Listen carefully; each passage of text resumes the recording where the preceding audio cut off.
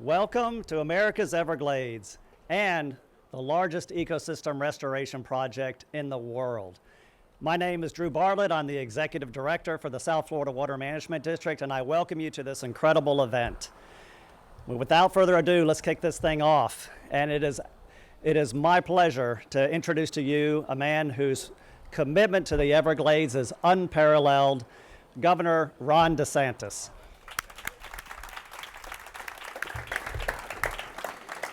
Well, thank you, Drew. Thank you for all your hard work. I also want to recognize Interim DEP Secretary Shawn Hamilton. He's been working hard on a whole host of things. We also have Rodney Barreto, Chairman of the Florida Fish and Wildlife Conservation Committee. And then we've got a lot of members of the South Florida Water Management District, the Chairman, Chauncey Goss. We have Vice Chairman Scott Wagner, Alligator Ron Bergeron, Ben Butler, Charlotte Roman, Jackie Thurlow-Lipsich, and Cheryl Mead. So I want to thank you guys for what you've done. You've made a huge difference when we made big changes with the board early in my tenure. I think it's really set a tone. Today, we're here to celebrate the removal of the nearly 6-mile-old Tamiami Trail roadbed, which has been completed 6 months ahead of schedule.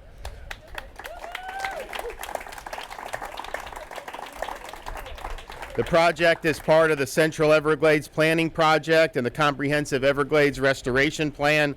Back in March of this year, we stood right here announcing the groundbreaking for the removal of the old Tamiami Trail roadbed, which was expected to be completed by January of 2022. But as you can see behind me, where the nearly 6 miles of roadbed once stood, now clean water is moving south. The removal of the roadbed is expected to increase the flow of clean, fresh water into Northeast Shark River by more than 220 billion gallons a year. The removal of the roadbed also reduces estuary discharges and increases flow into Everglades National Park from the water conservation areas. This project has been a partnership between the South Florida Water Management District, the Florida Department of Transportation, the Florida Department of Environmental Protection, as well as the U.S. Department of Transportation and National Park Service. Today's announcement builds on the commitments we've made since day one of my administration. We pledged significant funding for Everglades restoration projects, and we've delivered. We've actually delivered more up to this point than we had even initially forecasted, and we're proud of that. We're proud that this is now something that the legislature is fully on board with. During the last 2 years, we've made great progress on other Everglades projects, including initiating the final phase of construction of the C-43 reservoir and nearing completion of the C-44 reservoir and stormwater treatment area. We're also making great progress on construction of the EAA reservoir project, one of the most important Everglades restoration projects for reducing harmful discharges to the estuaries and sending more clean and fresh water south. The EAA reservoir project includes 2 major features: a treatment wetland that will clean water and a reservoir that will store excess water from Lake Okeechobee. At my direction, South Florida Water Management District expedited the progress on the treatment wetland component, which the state of Florida is constructing. Construction began 12 months ahead of schedule and is scheduled for completion in 2023. Earlier this year, the district approved the project partnership agreement with the U.S. Army Corps to begin construction of the 10,500-acre above-ground water storage reservoir. And just last week, Florida celebrated the completion of the Kissimmee River Restoration Project, a project more than 20 years in the making, which restores historic flows to more than 40 square miles of river floodplain in the headwaters of the Everglades. So removing barriers to move water south benefits the Everglades and restoration of its critical ecosystem, and helps to protect the St. Lucie and Caloosahatchee estuaries from harmful discharges. I'm proud of the progress we're seeing on these projects. We're going to continue to pursue them, and we're going to continue to go all the way through the finish line when we get all this stuff done. So I want to thank everyone for what they're doing. We're going to have some other folks come up. So let me invite up Alligator Ron Bergeron. And then we'll go. Do you want me to just MC? I'll just go ahead. I'll go ahead and do it. So come on, Ronnie.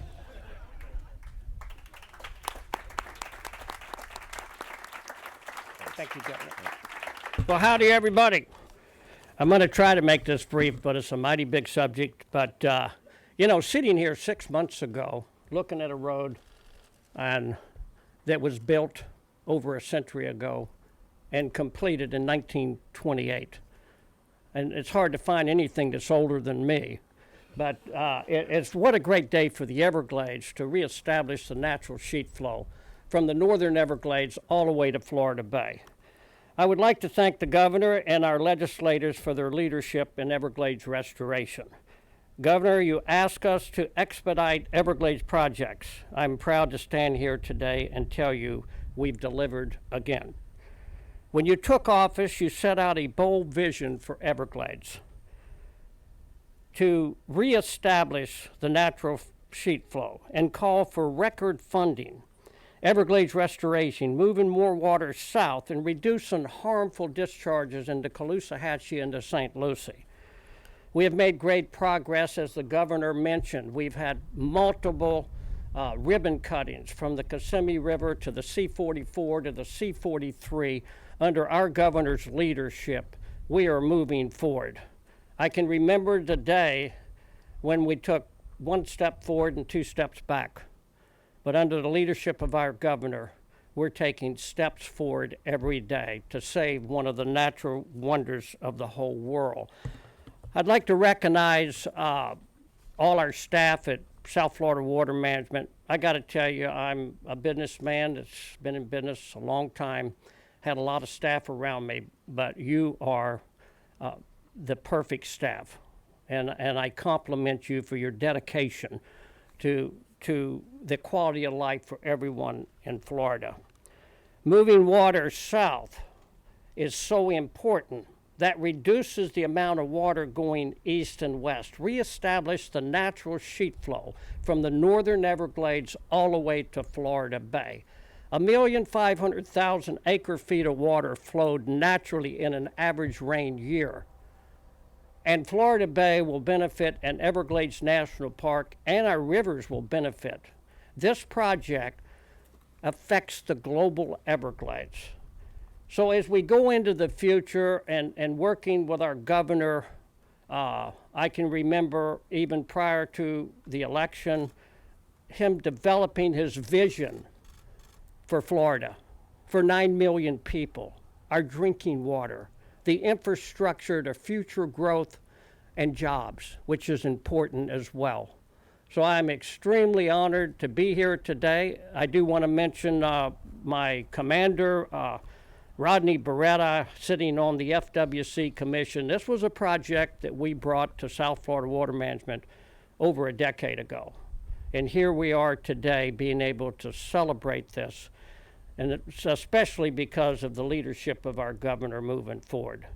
So I want to thank everyone for being here, and I want to thank all our stakeholders. You know, your passion on the Everglades and the quality of life for future generations and our drinking water, extremely important. The journey of water is the life for South Florida. And I'm very honored, and thank you, Governor, for your appointment. It's been a great honor for me to be a part of all of this, and thank you for your leadership. Thank you. Appreciate it. All right, Secretary Shawn Hamilton.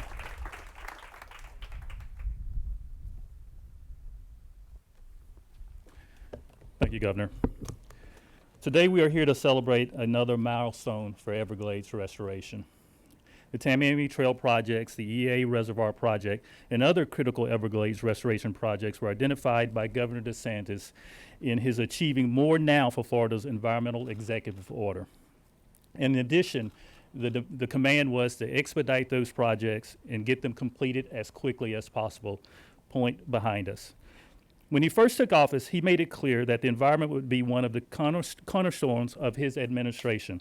The protection of Florida's vital water resources is one of the most pressing issues facing our state.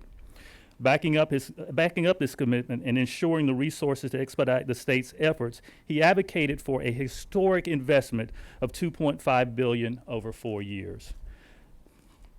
With support of the legislature, Florida is now halfway there, having invested more than $1.25 billion over the past 2 years. Again, $1.25 billion in just 2 years. The water flowing unobstructed behind us shows the investment in action, and once again demonstrates the governor and this state's resolve to boldly accelerate and finally deliver As Allegheny Ron said, these critical projects, many of which were conceived and started decades ago. The removal of the old Tamiami Trail roadbed means that more water will flow south, and this part of reducing, which is a big part of reducing, not just a part, but a big part of reducing the harmful discharges from Lake Okeechobee. This is one of our many restoration initiatives, like the EA Reservoir, focused on improving water quality and restoring the hydrology and ecology of the greater Everglades ecosystem. DEP is working very closely with the South Florida Water Management District, along with other state and federal agencies, to lead these initiatives, and we are making a tremendous amount of progress under the leadership of Governor DeSantis. Our waters and wetlands are critical to the economy and our way of life in Florida. Under Governor DeSantis, the state of Florida is leading the way on environmental protection. We will continue to expedite water quality projects in South Florida and across the state for the benefit of all Floridians. Thank you for having me here today. All right, thanks. Rodney Barreto.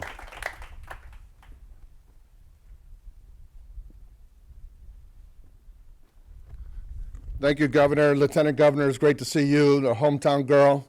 Before we get into the remarks, I also want to recognize Ron Bergeron, who ran off and got married to his longtime friend, Ali, after 21 years. Wow. Snuck one in on us. That's big news. Big news.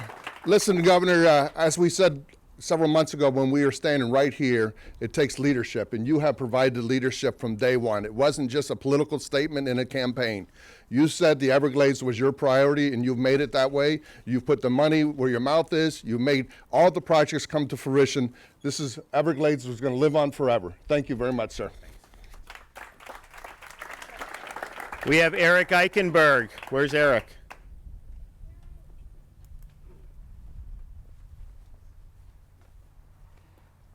Good morning. This is another exciting day to be together. We're getting used to these, aren't we? I want to take us back to January the 8th, 2019, just after high noon, when the governor made it very clear that we were not going to allow foot draggers to stand in our way. And under the governor's leadership and that of Chairman Goss, the South Florida Water Management District, Drew Bartlett, there's been no foot dragging. And I want to say how proud we are to be a part of this event today. For 100 years, this strip of asphalt and its successor here decapitated the flow of water south into Everglades National Park and to America's Everglades. Under this governor, he made it very clear that we need to remove the barriers, the hurdles that were in place to allow the flow of water to the south, to allow water to hit Everglades National Park and ultimately down to Florida Bay. And under this administration and this governor, to have these type of events where we're not able to just dream and wish, but to be here and to see the fruits of this labor, the fruits of leadership, the ability to say we're going to knock down the barriers, we're going to ensure that we're flowing water from Lake Okeechobee to the south. And recently the governor called for a balanced approach as it pertains to Lake Okeechobee. And as this loathsome process unfolds and heads towards the finish line, it's because of the leadership of this man that called for the removal of the Tamiami Trail original road, for the bridging of Tamiami Trail, for the flow of water south and the construction of the Everglades Reservoir, that we're seeing that. And to now have a loathsome process that's going to be balanced, equitable, and flowing the much needed water south, the removal of this road just puts a period behind the leadership that said, we must send water south. Governor, thank you for all you do. Thank you for your commitment to America's Everglades and for your leadership. Kim Taplin, Army Corps. Hey, how are you? Good to see you. Thank you. So thank you. I'm here today on behalf of Jacksonville District's Commander Andrew Kelly, who could not be here today. And it's really good to be with you to celebrate yet another milestone in Everglades restoration. As was mentioned just last Thursday, where we gathered around the Kissimmee River to celebrate the completion of the backfilling of that canal and restoring the Kissimmee River and its oxbows. And that, as we watched, we set the standard for large-scale ecosystem restoration that the world has been watching, and Kissimmee River is proof positive that if you build it, they will come. And so what you see behind us here, too, is another example of that, removing the barriers to flow and letting Mother Nature and water flow the way it used to in the River of Grass. Just last October, we also gathered up the road to celebrate a couple of things. The Corps' initiation of construction of what's known as the Central Everglades Planning Project South Phase. Again, removing barriers and putting in capacity to move water south. Removing the barriers to water flow and connecting the Everglades is something we've been talking about for decades. As Ron Bergeron knows, we were mentioning that before we got started here. But the thing behind us has been one of the most significant obstacles to getting water to move south and removing that old Tamiami trail. The expedited completion of the removal of the old trail roadbed by our phenomenal partners at the South Florida Water Management District is nothing short of amazing. It's been key. Today's ceremony is proof that Everglades restoration is described by one word these days: momentum. We are proud to partner with our federal, state, local, and tribal governments, the U.S. Congress, Florida legislature, stakeholder groups, and members of the public to continue that momentum. I'm honored to represent the Corps of Engineers and celebrate with you longtime friends and colleagues who have worked so hard for so many years to bring us to this moment. Thank you for inviting me. I'm honored to be here. Thank you, sir. Great. Well, thanks, everyone. We really appreciate that.